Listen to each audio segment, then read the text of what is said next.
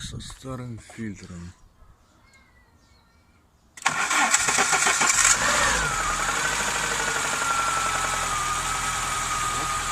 Все, звук прошел.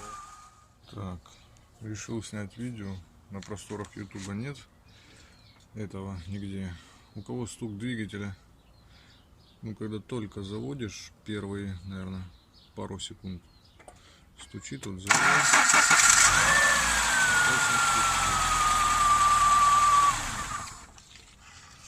Когда стучит, только получается клапан не держит на фильтре масляном.